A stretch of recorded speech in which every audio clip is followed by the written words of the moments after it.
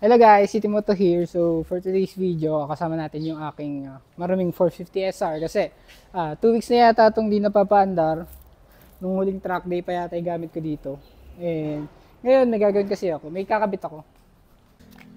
Ito na lang kulang ko actually engine cover para dito, maprotektahan to. Ito, yan.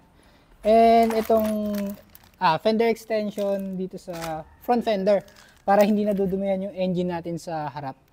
And yun, siguro kabit natin to tapos walk around tayo sa motor kung ano yung mga na-upgrades ko. So, ayun lang. Feeling ko kasi kailangan to tanggalin lahat kasi yung iba ang tornilyo malalalim. Medyo mahirap to tanggalin. Kaya, tara. Tingnan natin kung ano mangyayari.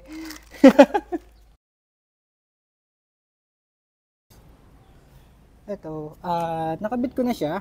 Itong fender extension. Ayan, medyo wiggly pa siya kasi maluwag pa to. Pero ihigpitan pa yan mamaya. Iniisip ko kasi kung ikakabit ko pa to. Ito, may kasama kasi siyang ganito. So, pero puputasan ko pa yung yung itong stock fender. So, ayan. Napakadali niya, naka double sided tape lang naman siya. Ayan, para hindi masyadong madumihan yan kasi kung makikita nyo madumi na. Pero make sure na hindi siya tumatama. Tingnan natin. Ay, goods naman. Hindi siya tumatama. All goods. So, goods naman siya. Natanggal ko na yung belly pan. So, parang kailangan natin talaga tanggalin to. Pahirapan yan. Ito nga pala yung brand na nabili ko. Ito. Ayan. Kung anong brand man yan. Houdshoe. INT Moto Protection. So, yan. Para dyan yan. Para just in case na mag-crash, hindi magagasasan to. So, medyo mahal kasi ito. Kaya, kailangan ng protection. Kailangan din natin to tanggalin. Kaya, ito sa Shopee, mabibili nyo, search nyo lang. Ay, nako. Pahirap po. Kailangan din kasi itong We'll see. Tanggalin ko lang. Ayan. Ayan siya. Ay, ang hirap ikabit. Mahirap kasi tatanggalin yung pero nagawa ko naman ng paraan. Yung kabila kailangan niya tatanggalin. Ayan. Ayan siya. Pang protection. Yung kabila naman. Hindi ko alam kung papakita ko pa kasi ganun din naman. The next day.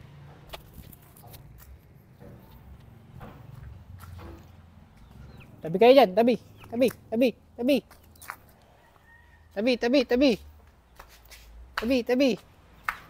Yan mo na. Hello guys. Gabi na ako natapos kahapon Hindi ko na na-videohan. So pagpatuloy natin yung video na papakita ko kung ano yung mga in-upgrades ko dito. So tara, simulan natin. Ito ang aking 450 SR22 model, 2022 model. Ayan. Ito, isa to sa pinakaunang unit. So kasi alam niyo naman, pangalawa ako sa bumili nito or nag-down payment sa nung in-unveil siya. And ito, tara simulan natin simula taas, pababa, harap, palikod. Unahin na natin dito, windshield. Ito, yung windshield, para mas mataas siya. Kasi yung sa stock medyo mababa hanggang dito lang. Ito, double bubble na siya, kaya medyo mas gusto ko yung aerodynamics yan sa itsura. And then, dito naman sa harap, sa handlebar, before ko pa makuha yung motor, in-order ko na itong steering damper. Siyempre, ito mahalaga to sa high speed para iwas death wobble o kaya pag lalubak ka, hindi ganun ka maano yung yung steering mo. Hindi magulo, parang ganun. Something like that. And then, dito naman sa kabila. Ito, in-upgrade ko rin yung aking braking system.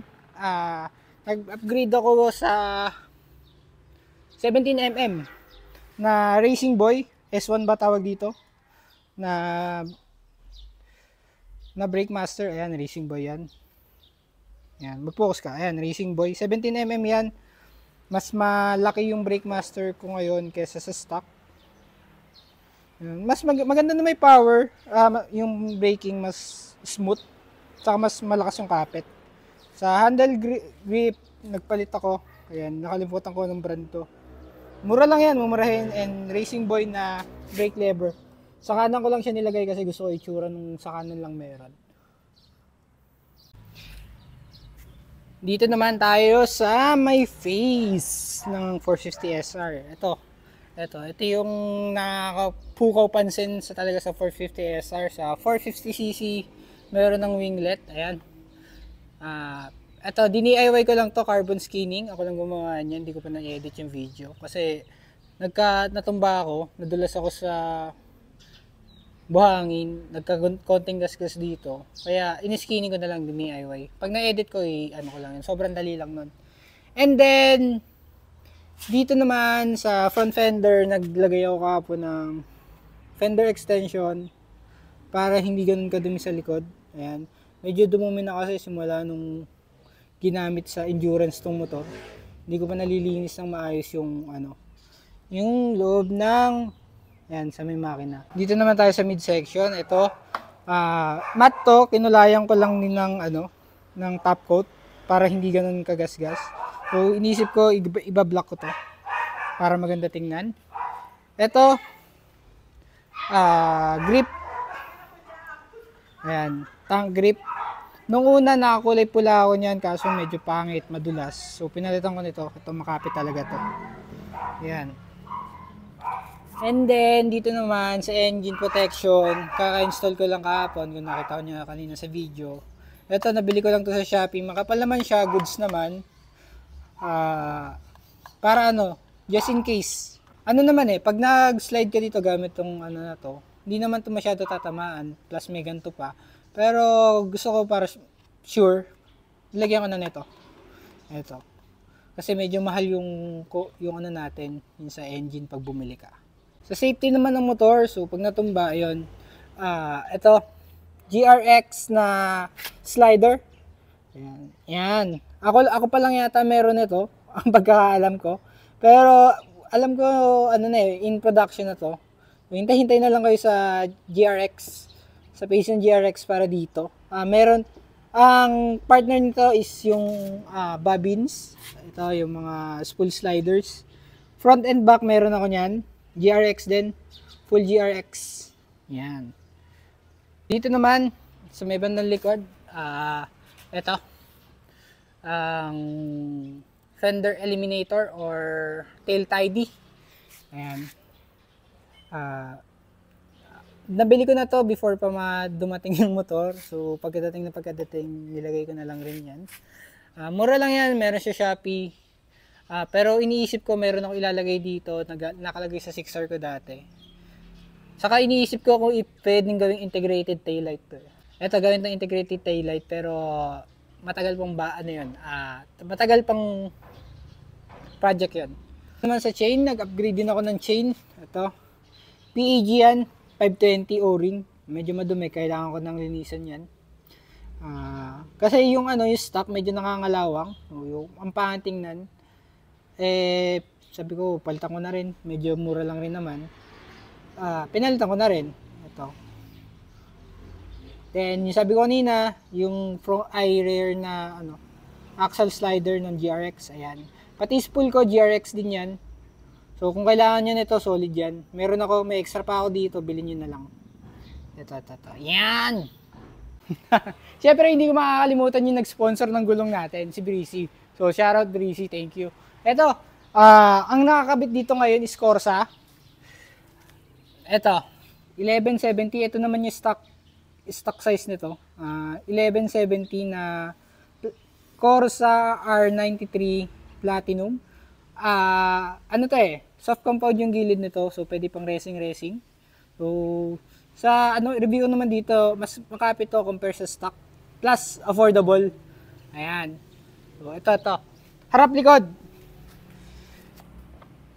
likod, yan gamit ko. Sorry, madumi yung motor. Kailangan ko palinisin. Kaso di ko na rin malilinis ngayon kasi aalis ako. Ayan, R93. Di ko pa siya masyadong sasagad. Pero mas makapit to. So, thank you Breezy. Tayo sa exhaust system natin. Ang exhaust natin is Breezy by Villain. Shoutout Boss Arch and Breezy. Ito, sponsor nila rin sa akin to. Pero, naka full system na ako. Watch nyo yung video. Pinalitan ko na to, naka full system na to. Hanggang headers. Ayan, medyo may kalawang-kalawang na nga eh. Pero madali naman linisin yan. Full system to, pero nung nilagay ito masyadong malakas, nilagyan nila ng catalytic. Ayan, makikita nyo. Ayan. Nilagyan nila ng resonator. Ayan, to. So, ito, dual exhaust by Villain. Shout out Boss Archie and Breezy. Thank you. Sponsor nila rin sa akin to. And tara, sound check natin.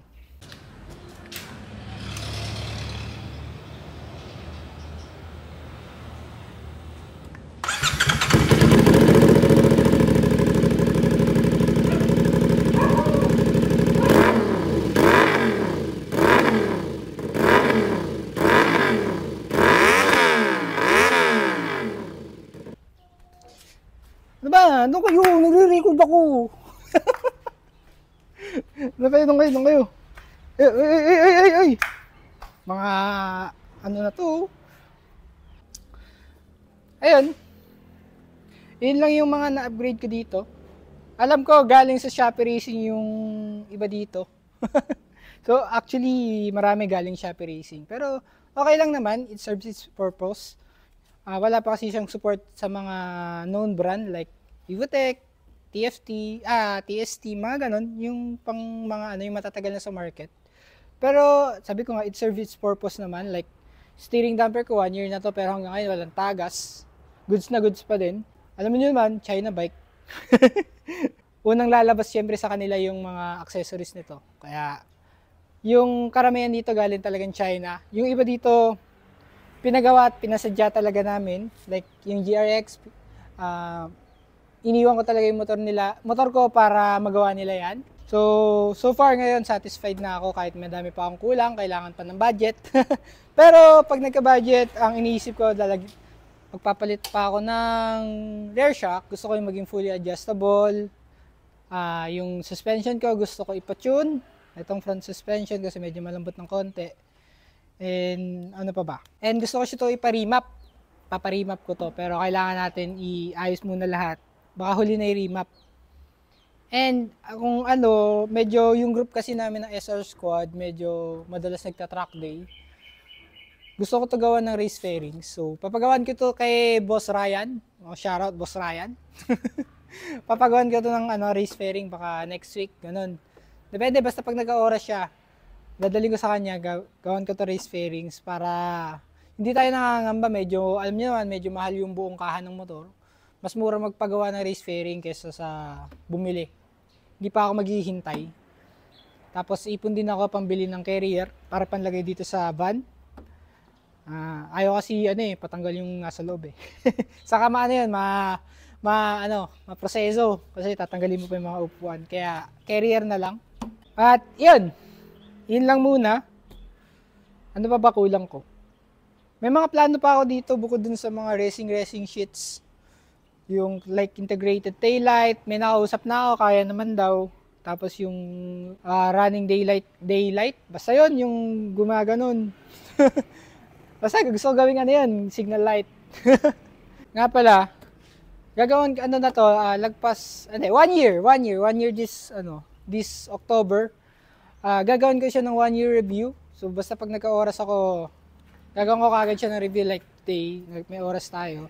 Gagawin ko to ng review, honest review. So sasabihin natin lahat ng mga naging issue, ganon. Basta abangan nyo na lang. At yan, sige. Sa ngayon, yun na lang muna. Subscribe kayo sa akin. Stay safe as usual. Yan lang. Bye-bye.